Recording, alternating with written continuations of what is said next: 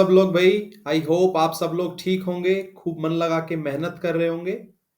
तो दोस्तों आज हम एक नए टॉपिक के बारे में डिस्कस करेंगे और उस टॉपिक का नाम है भाई Khilji dynasty.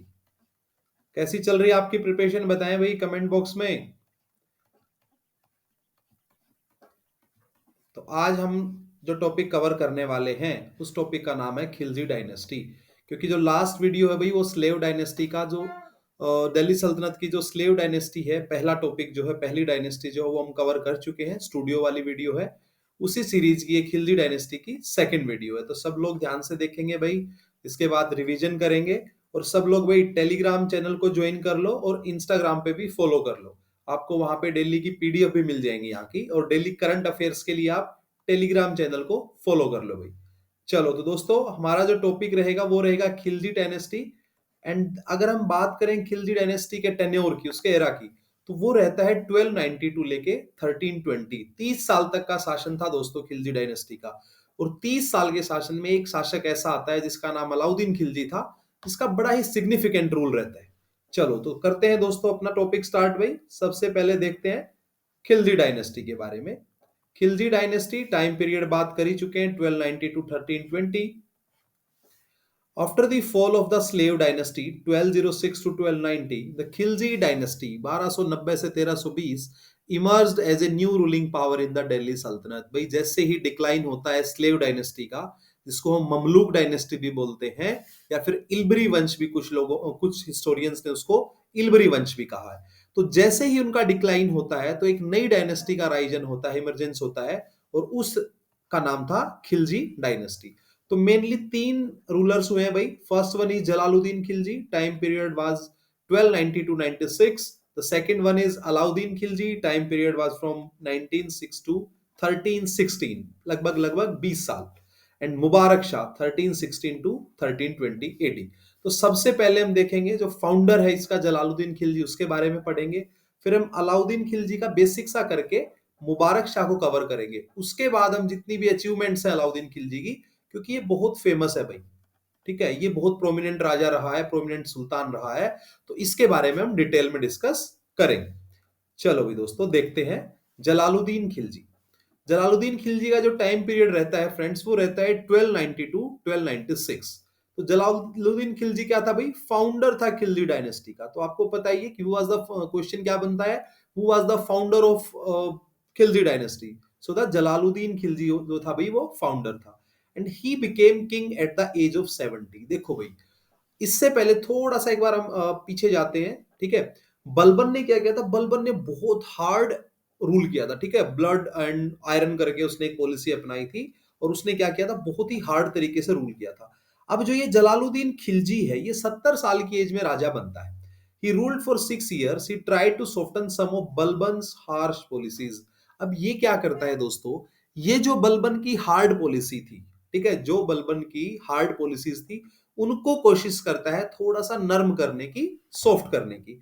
He kept the old nobles in his administration. और भाई ये जो नोबल्स थे, जो प्रबुद्ध लोग थे, उनको अपने एडमिनिस्ट्रेशन में रखता है भाई। पुराने लोगों को क्या रखता है? अपने एडमिनिस्ट्रेशन में रखता है। His rise to power ended the nobles monopoly on high offices। और भाई उसका जब पावर में राइज होता है तो वो क्या करता है, जो मोनोपली चलती थी ना नोबल्स की, उसको क्या करता है, ये एंड कर देता है, ठीक है। देखो जैसे ही जलालुद्दीन खिलजी का राइज होता है, तो जो नोबल्स की मोनोपली चलती थी, देखो ये क्या करता है, ओल्ड नोबल्स को रखता है, बट ये जो उनकी मोनोपली थी उसको खत्म कर देता है, ठीक है। तो जैसे जैसे जलालुद्दीन खिलजी का राइज होता है, ऐसे ऐसे ही नोबल्स की जो मोनोपली थी उसका भी डिक्लाइन हो जाता है शुरू। अब देखेंगे भाई, first to emphasise state legitimacy. भाई ये जोर देता है किसके ऊपर भाई? लेजिटिमेसी के ऊपर, स्टेट की वैधता के ऊपर जोर देता है। Jalaluddin believed the state legitimacy dependent on the support of its people, particularly India's majority Hindu population. देखो इसका मानना क्या था भाई जलालुद्दीन खिलजी का, कि जो स्टेट की लेजिटिमेसी है, ठीक है, जो वैधता है, वो किस पे डिपेंड करती है? वो लोगों के सपोर्ट पे डिपेंड करती है। किस पे डिपेंड करती है? लोगों के सपोर्ट पे डिपेंड करती है। और पार्टिकुलरली क्या? The India's majority Hindu population, जो हिंदू पॉपुलेशन थी, क्योंकि मेजोरिटी उन्हीं लोगों की थी, ठीक है। तो किस पे डिपेंड करती है? वो लोगों पे डिपेंड करती है, प्रजा पे डिपेंड करती है, एंड द पार्टिकुलरली किस पे, इंडियाज मेजोरिटी हिंदू पॉपुलेशन, जो हिंदू जनसंख्या थी उसके ऊपर भी डिपेंड करती है। अब देखते हैं भाई पॉलिसी ऑफ टॉलरेंस। भाई ये टॉलरेंस की एक पॉलिसी फॉलो करता है। He tried to win the nobility's favour by being lenient, avoiding harsh punishments and even rewarding rebels at times. देखो भाई ये क्या करता है, बिल्कुल पॉलिसी जो फॉलो करता है वो करता है टॉलरेंस वाली, ठीक है, सहिष्णुता की पॉलिसी को, ये नीति को अपनाता है। He tries to win the nobility's favour by being lenient, वो लीनियंट रह के क्या करता है, नोबिलिटी का फेवर पाने की कोशिश करता है। अवॉइडिंग हार्श पनिशमेंट, जितनी भी हार्श पनिशमेंट्स थी, कड़ी जो सजाएं थी, उनको ये अवॉइड करता है। And even rewarding rebels at time, और भाई कई बार तो रेबल्स को भी क्या करता है, उनको भी रिवॉर्ड दे देता है, इनाम दे देता है। अब देखते हैं भाई व्यूड एज वीक, क्या कैरेक्टरिस्टिक्स रही थी इसको, भाई वीक, कमजोर माना जाता है, देखा जाता है। Many, including his supporters, saw him as a weak ruler due to his tolerant policies. देखो क्या है भाई, इसके जो सपोर्टर्स भी, इसके समर्थक भी क्या मानते हैं कि Jalaluddin Khilji was a weak ruler, कि भाई वो एक कमजोर शासक था, क्योंकि उसकी जो पॉलिसीज थी वो बहुत ज्यादा टॉलरेंट पॉलिसीज थी। अब हम बात करते हैं अलाउद्दीन खिलजी के रिवर्सल्स की, और ये क्या था, अलाउद्दीन खिलजी का रिवर्सल था। Alauddin Khilji succeeded Jalaluddin and adopted a harsh approach, punishing those who opposed him severely. अब देखो सिंपल सी बात है, अलाउद्दीन खिलजी बिल्कुल इसके 360 डिग्री उलट था। भाई उसके साथ किसी ने भी किसी भी मौके पे अगर कोई गड़बड़ की है तो उसने उसको पुनिश किया है और बढ़िया वाली सजा दी है। चले तो नेक्स्ट देखते हैं। अब हमें देखना है अलाउद्दीन खिलजी। भाई 1296 से लेके 1316 तक का टेन्योर रहता है अलाउद्दीन खिलजी का। चलो इसका जो मूल नाम था दोस्तों वो था अली गुरशप। देखो इंपॉर्टेंट चीज जो है मैं उनको थोड़ा सा ब्रैकेट में कर रहा हूं। इसका क्या नाम था, इसका जो बेसिक नाम था वो था Ali Gurshap. Is the original name of Alauddin Khilji. He is the greatest ruler among Delhi Sultanate kings. और भाई दिल्ली सल्तनत के जितने भी शासक हुए हैं उनमें इसको महानतम राजाओं में इसकी गिनती की जाती है। Earlier he served as governor of Kara. और भाई कड़ा एक जगह है जो कि इलाहाबाद के पास है। ये इससे पहले राजा बनने से पहले ये वहां का गवर्नर था, सूबेदार था। He assassinated his uncle cum father-in-law Jalaluddin Khilji and came to power। अब देखो भाई ये क्या करता है, अपने ही चाचा और अपने ही ससुर, देखो ये रिश्ता क्या कहलाता है, ठीक है, आप सबको बताना है कमेंट बॉक्स में क्या कहलाता है। तो ये अपने ही फादर इन लॉ और अपने ही अंकल को क्या कर देता है, उसका मर्डर कर देता है और पावर में आ जाता है। जलालुद्दीन खिलजी जो था वो इसका दामाद भी था और इसका चाचा भी था। He had a strong desire to become Delhi sultan. और भाई जो अलाउद्दीन खिलजी था, अली गुरशप था, उसकी बहुत स्ट्रॉन्ग डिजायर थी क्या बनने की, दिल्ली का सुल्तान। For this he wanted money for which he looted Devagiri. और वही वो देवगिरी को लूट लेता है। Jalaluddin Khilji wanted some share in this and hence he came to Kara where he was murdered. और भाई जब अलाउद्दीन खिलजी उर्फ अली गुरशप जब वो देवगिरी को लूट के पैसा लेके आता है, बहुत सारी वेल्थ लेके आता है, तो जलालुद्दीन भी उसमें से कुछ शेयर मांगने चला जाता है, पहुंच जाता है कड़ा पे, जहां पे अलाउद्दीन खिलजी अपने मतलब फादर इन लॉ और अपने ही अंकल का मर्डर कर देता है। Ali Gurshap went to Delhi and assumed himself as the king with the name Alauddin Khilji. और भाई जो अली गुरशप था वो मर्डर करने के बाद किसका, भाई जलालुद्दीन खिलजी का, पहुंच जाता है कहां पे, दिल्ली में पहुंच जाता है। और दिल्ली पहुंच के वो एक नया टाइटल लेता है और वो नेम था अलाउद्दीन खिलजी। नए नाम से वो राजा बन जाता है, जूम कर लेता है खुद को राजा। भाई he is first Muslim imperialist in India. और ये पहला साम्राज्यवादी था भाई, पहला मुस्लिम साम्राज्यवादी था भारत में। चले नेक्स्ट देखते हैं दोस्तों। अब हम बात करेंगे मुबारक शाह की। मुबारक शाह को कवर करने के बाद फिर हम जितनी भी अचीवमेंट्स रही हैं, चाहे वो मार्केट रिफॉर्म्स रहे हैं, चाहे वो मिलिट्री रिफॉर्म्स रहे हैं, जो भी अचीवमेंट्स हैं या जितने भी उसके एक्सपीडिशंस हैं, जितने भी कैंपेन्स हैं, सक्सेसफुल कैंपेन्स हैं अलाउद्दीन खिलजी के, वो एक बार मुबारक शाह को पढ़ के उसके बाद हम कवर करेंगे। 1316 टू 1320 AD 4 साल तक ही मुबारक शाह रहता है राजा भाई, ruler. Mubarak Shah Khilji was the last ruler of the Khilji dynasty and the son of Alauddin Khilji. और भाई अलाउद्दीन खिलजी का बेटा था और ये लास्ट रूलर माना जाता है भाई खिलजी डायनेस्टी का। देखो दोस्तों हमेशा एक चीज रही है इतिहास में, चांसेस रहे हैं कि जब एक बहुत स्ट्रॉन्ग रूलर कोई आता है तो उसके जो सक्सेसर्स होते हैं, मैं सबको नहीं बोल रहा हूं, बट मैक्सिमम चांसेस क्या रहे हैं कि वो इतना अच्छा अपने फादर की तरह इतना अच्छा नहीं कर पाते हैं। तो ऐसा ही मुबारक शाह के साथ भी होता है। He declared himself as khalifa, the only Indian ruler to do so. और भाई ये क्या करता है, देखो मुबारक शाह, ठीक है भाई, कुछ भी चाहे अचीवमेंट ना रही हो, लेकिन खुद को डिक्लेयर कर देता है खलीफा, और पहला और एकमात्र आखिरी सुल्तान रहा है, रूलर रहा है, जिसने खुद को क्या डिक्लेयर कर दिया भाई, खलीफा, मैं ही खलीफा हूं। ठीक है, कुछ करना है नहीं, लेकिन खुद को खलीफा से कम नहीं मानना है, और डिक्लेयर ही कर दिया कि मैं तो खलीफा हूं। चलो देख लेते हैं खलीफा जी के बारे में कुछ। Mubarak Shah was assassinated by his prime minister Khusro Khan, a Hindu convert. भाई एक हिंदू कन्वर्ट था जो मुस्लिम बन गया था, ठीक है। खुसरो खान, उसने क्या कर दिया, इसकी हत्या कर दी, इसका मर्डर कर दिया। Khusro Khan ruled for 100 days before being killed by Ghiyasuddin Tughlaq. और भाई जो ये खुसरो खान था, ये 100 दिन तक, सेंचुरी तो करता है, 100 दिन तक रहता है भाई शासक।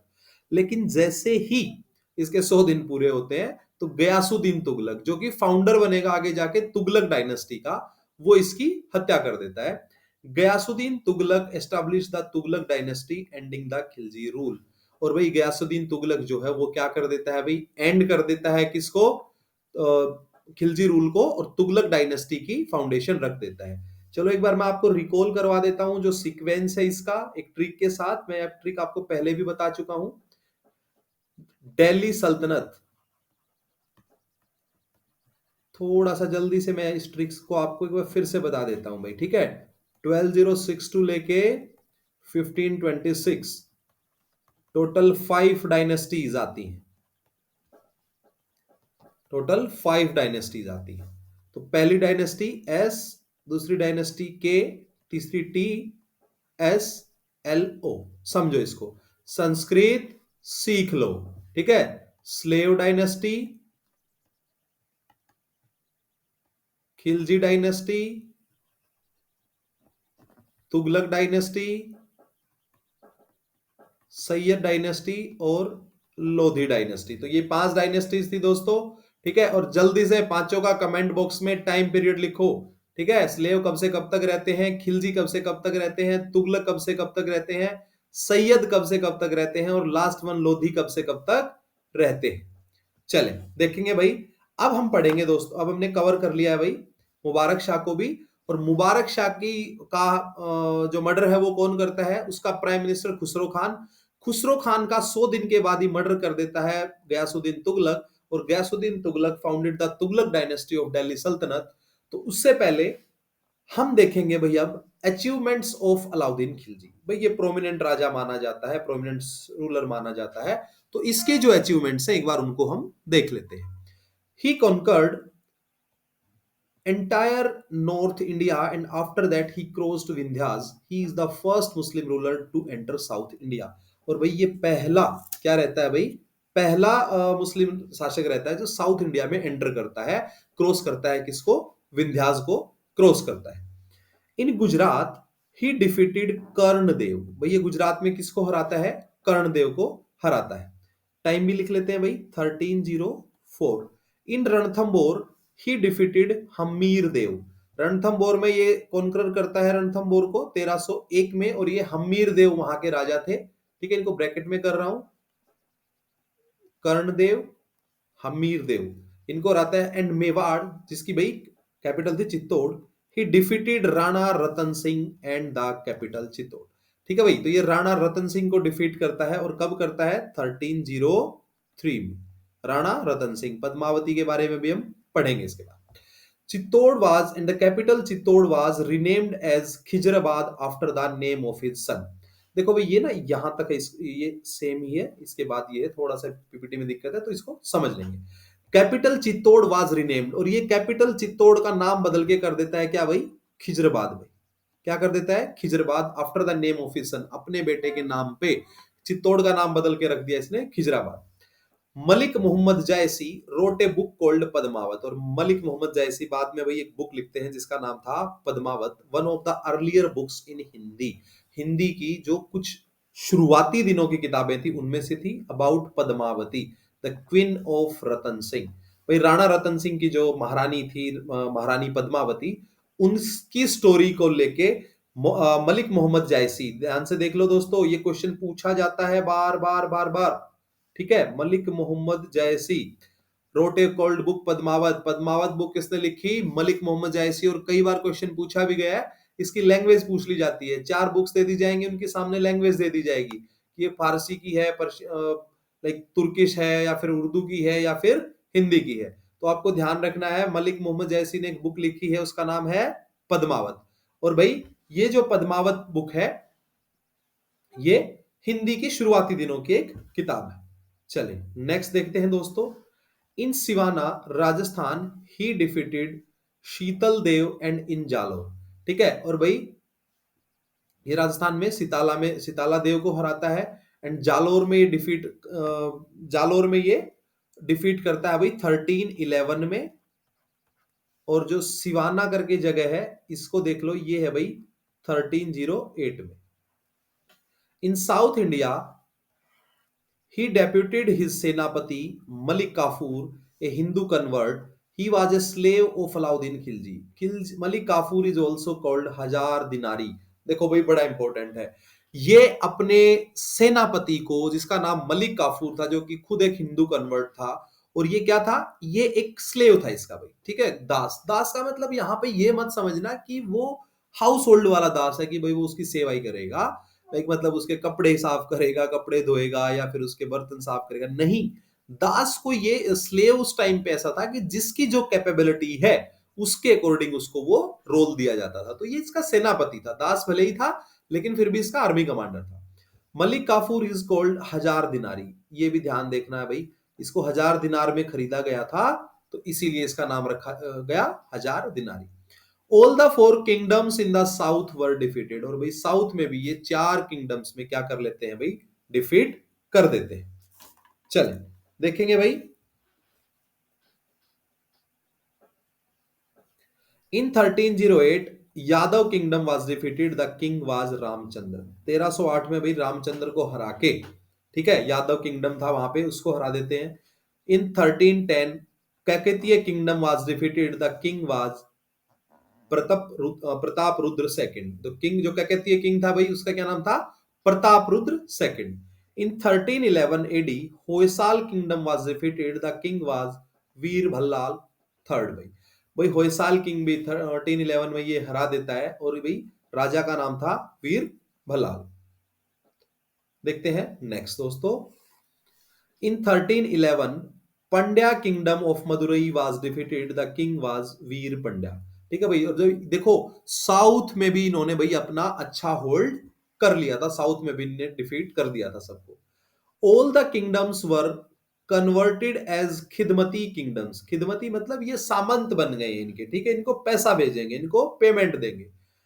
दे वर आस्क टू पे ट्रिब्यूट टू अलाउद्दीन खिलजी। भाई ये अलाउद्दीन खिलजी को पैसा भेजेंगे, राजा वही बने रहेंगे, लेकिन पैसा किसको भेजेंगे अब? अलाउद्दीन खिलजी को।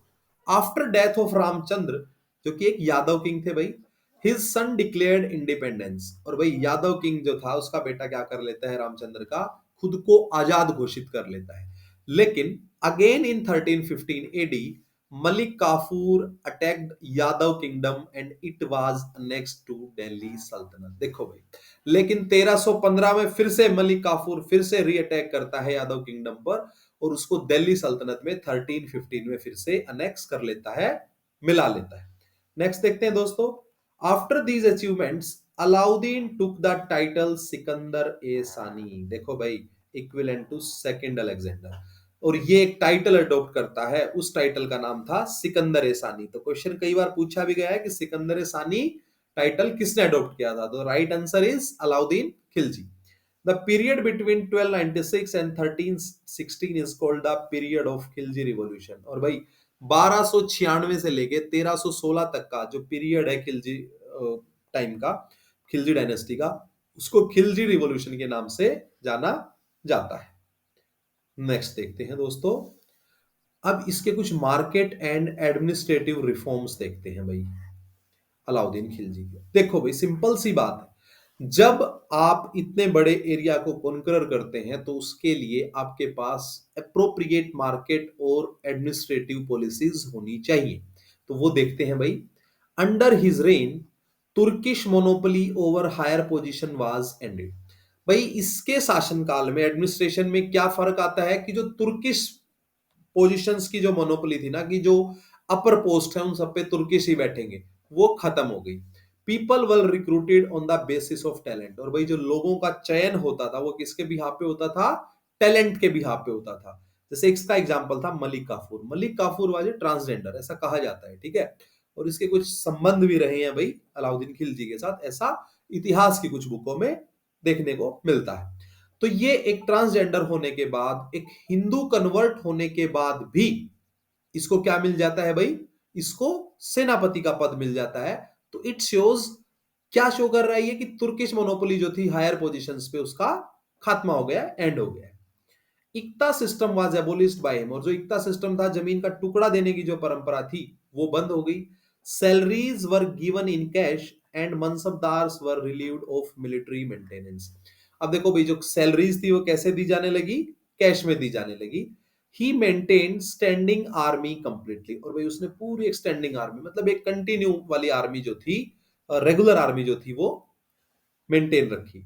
ही introduce two new systems in military. और देखो भाई वो क्या करता है, दो नए सिस्टम मिलिट्री में इंट्रोड्यूस करता है। द फर्स्ट वन इज दाग system and the second one is चेहरा सिस्टम। चेहरा और हुलिया सिस्टम। अब देखो क्या था भाई, उस टाइम पे कैमरास तो थे नहीं कि भी फोटो खींच के एक पोर्टल पे उनके फोटो डाल के या उनका मतलब सबका रिकॉर्ड रखा जाए। तो दाग का मतलब होता था कि जो घोड़े होते थे, ठीक है। और स्टैंडिंग आर्मी ऐसी होती थी कि भाई एक कोई भी सोल्जर आया है भर्ती होने के लिए और उसके पास एक अच्छी नस्ल का घोड़ा है, ठीक है, जो युद्ध में अच्छा काम देगा। अब होता क्या था कि भाई ऐसा भी तो कर सकते हैं लोग कि भर्ती के टाइम पे अच्छा घोड़ा ले आया, लेकिन जब युद्ध की बारी आई तो उसने वो घोड़ा मार्केट में बेच के कोई नकली सा घोड़ा, मतलब कोई कमजोर घोड़ा लेके वो युद्ध में आ गया। तो इससे क्या होगा, इससे जो मिलिट्री स्ट्रेंथ है अलाउद्दीन खिलजी की, वो डाउन हो जाएगी। तो इसलिए इसका तोड़ निकालने के लिए उन्होंने क्या किया, उन्होंने दाग सिस्टम शुरू कर दिया। दाग मतलब एक तरह से ब्रांडिंग होती है, ठीक है, एक दाग लगा दिया। जैसे अभी भी जो हरियाणा, राजस्थान, पंजाब, उत्तर प्रदेश, पश्चिमी उत्तर प्रदेश के कुछ गांव हैं, तो वहां पे एक भैंसा और एक जो ओक्स बोलते हैं, बुल बोलते हैं, उनको ऐसे ही छोड़ दिया जाता है गांव में। तो उनको क्या किया जाता है, जैसे कोई रिंग लेके मेटल का, और उसको गर्म करके आग में, और फिर चिपका के मैग्नेट से, और टैग कर दिया जाता है उन बुल्स के और भैंसों के ऊपर। तो उससे क्या होता है कि वो दाग लग, उसको बोलते हैं दाग लगना, भाई एक ब्रांडिंग हो गई। अब जिस भी घोड़े के ऊपर वो स्टेट का दाग लगाए, तो इसका मतलब क्या है कि जब भी युद्ध में पार्टिसिपेट करने वो सोल्जर आएगा, तो उसको वो अच्छी नस्ल का घोड़ा ही लेके आना पड़ेगा। तो इसको बोलते थे भाई दाग सिस्टम। एंड चेहरा एंड हुलिया, it is the attendance register of soldiers. तो भाई इसमें लिखा जाता था हाइट कितनी है, वेट कितना है, हुलिया कैसा है, ठीक है, कहीं पे तिल है या फिर मोल है, तो ऐसा कुछ भी कोई चीज है, कहीं पे कट का निशान है, तो वो सारा चेहरा और हुलिया में लिखा जाता था। चलिए नेक्स्ट देखते हैं दोस्तों।